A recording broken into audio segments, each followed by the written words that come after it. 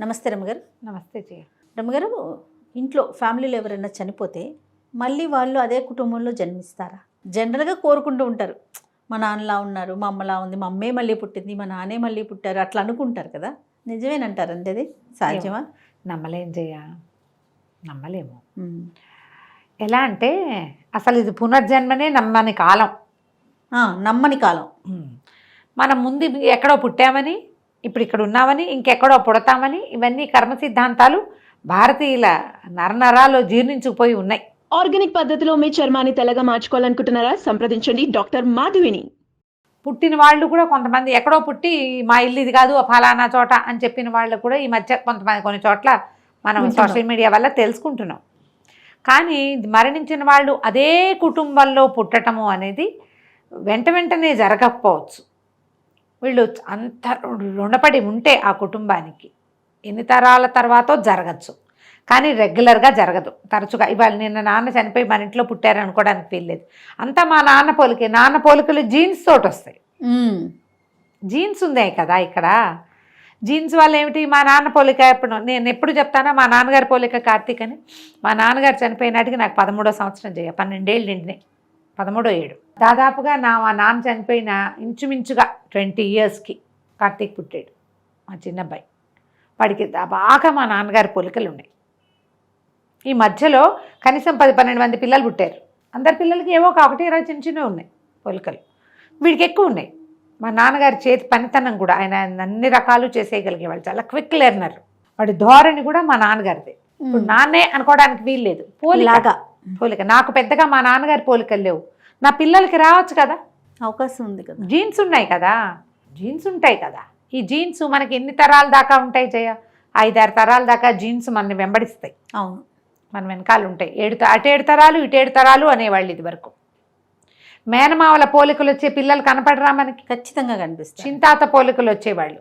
Jeans వల్ల మనకి పోలికలు కనపడి వాళ్ళే వీళ్ళు లాంటి ఉద్దేశంలోకి వెళ్తాం, కానీ సినిమాటిక్గా మాత్రం జరగదు. మనం కథలు ఇలాంటివి వాటికి ఆధారంగా కనబడుతుంది.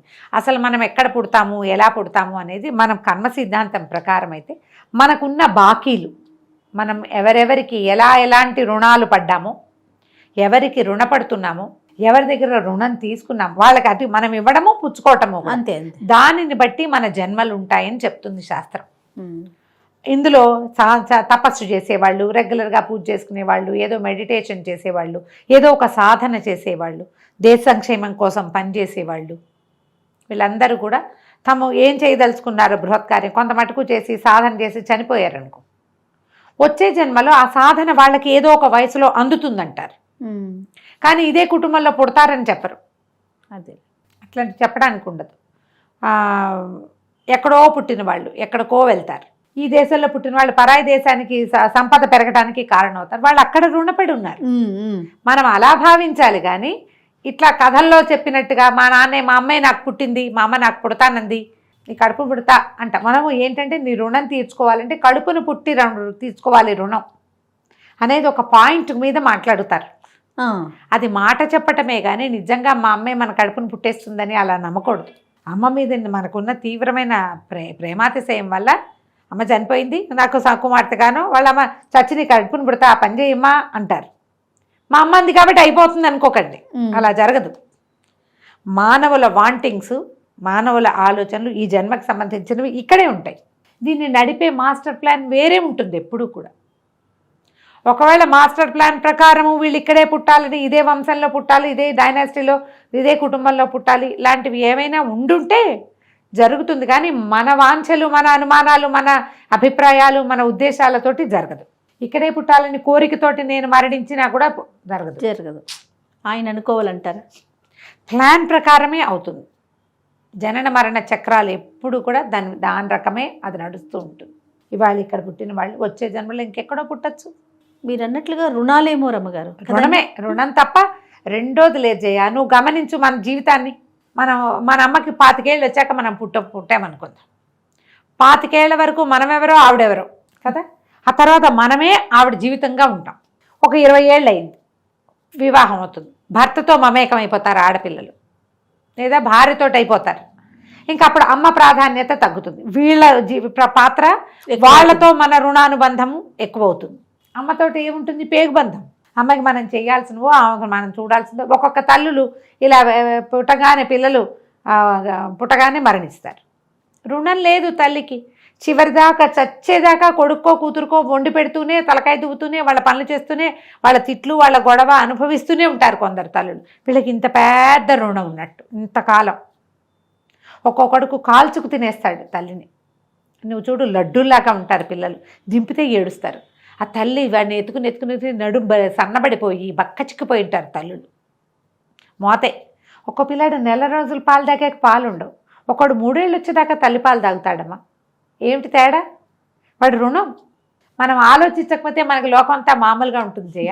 ఆలోచిస్తుంటే మనం ఎందులోకి వెళ్తున్నామో అర్థం కాదు. నేను చెప్పిన 4 పాయింట్లకే కళ్ళు మిరుమిట్లు కొలుపుతున్నాయి.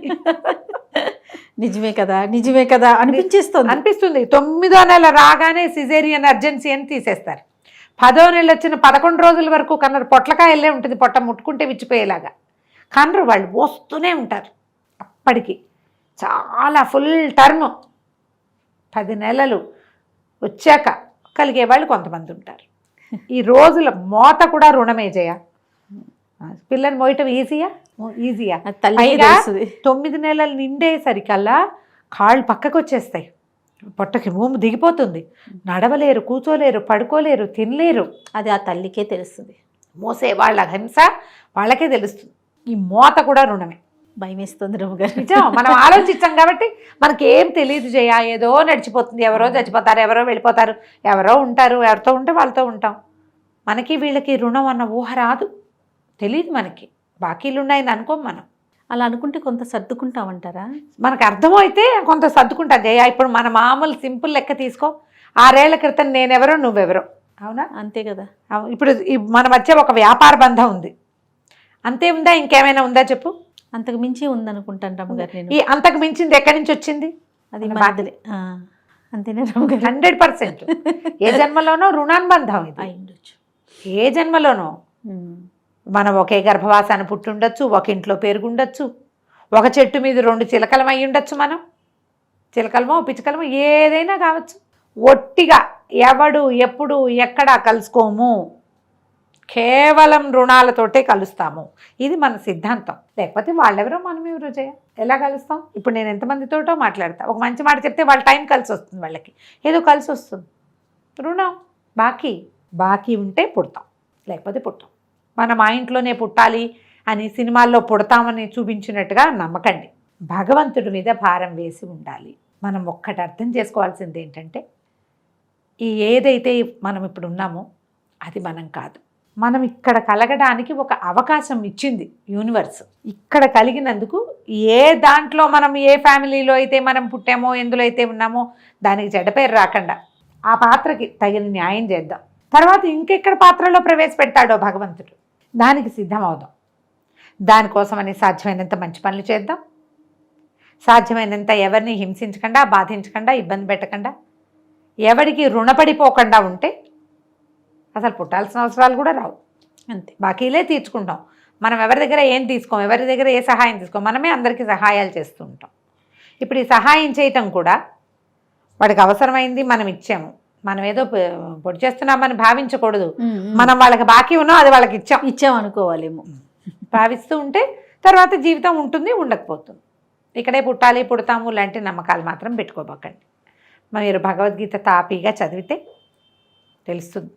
ఏదైనా ఉపనిషత్తులు అవి కఠోపనిషత్తు లాంటివి ఎక్కడైనా వినడానికి అవకాశం లభిస్తే వాటిని వినండి. మీకు ఇది ఇది నాది, ఇదంతా నా కుటుంబం, నేను ఇక్కడే పుట్టాలి ఇలాంటి భావాలు కూడా దొరికిపోతాయి. అవి కూడా పోగొట్టుకోవాలి. వాస్తవం అసలు మనకి వాస్తవం ఏమిటో అర్థం కాదు జయ చచ్చి. ఎందుకంటే మనం ఇంతకు ముందు ఉన్నామని, రేపు పొద్దున ఎప్పుడో ఉంటామని ఎవడు ఒప్పుకోడు. సైన్స్ ఒప్పుకో రావట్లేదు కదా. అదే కదా, సైన్స్ ఒప్పుకోదు, లేదంటారు. ఆత్మ శరీరం వేరు కాదంటాడు సైన్స్ వాడు. పాపం వాళ్ళు ఏమంటున్నారు, మనం జనరల్గా వాళ్ళు ఒప్పుకోరు. పునర్జన్మ లేదని చెప్తారు వాళ్ళు. హేతువాదులు చెప్తారు కదా. అవునవును, మరుజన్మలు లేవు, పోతే పోయినట్టే అంటారు. శాస్త్రం ప్రకారం, మన ధర్మం ప్రకారం మనం నమ్ముతాం కాబట్టి ఇలా ఆలోచించండి. పోనీ మరి జన్మ లేదయ్యా, వద్దు మనకి. ఇప్పుడే ఈ ఉన్న పాత్రకైనా న్యాయం చేసి తగలబెడాలి కదా మనము. నాకు అది విసుగ్గా ఉంటుంది. వచ్చే జన్మకు కాదు, వదిలేసేయండి. ఇప్పుడు సంగతి చూడు. ఇప్పుడే ఓ ఇంట్లో పుట్టావు, వాళ్ళకి న్యాయం చెయ్యి, వాళ్ళతో బాగుండు. వాళ్ళే సరిగ్గా లేరు, నువ్వైనా సరిగ్గా ఉండు. అదేనా చేయాలిగా. అసలు దాని గురించి ఆలోచించద్దు. ఈ ఉన్నది నువ్వు ఒక చోట నుంచున్నావు, ఆ ప్లేస్ నీట్గా ఉంచు. ఒక చోట కూర్చుంటావు, దాన్ని చక్కగా పెట్టుకో. పడుకుంటావు, అక్కడే తింటావు. నువ్వు పాడు చేసుకోబోక దాన్ని. నువ్వు వెళ్ళిపోతావు, నీ వెనకాల ఇంకోటి వస్తాడు, అది గ్యారంటీయే కదా. పునర్జన్మ గ్యారంటీ లేదు. నీ ఫ్యామిలీలోకి నీ ప్లేసు తర్వాత ఇంకో కొంతమంది జనరేషన్ రావాల్సింది వస్తుంది కదా, వాళ్ళ కోసం దీన్ని క్లీన్గా ఉంచు.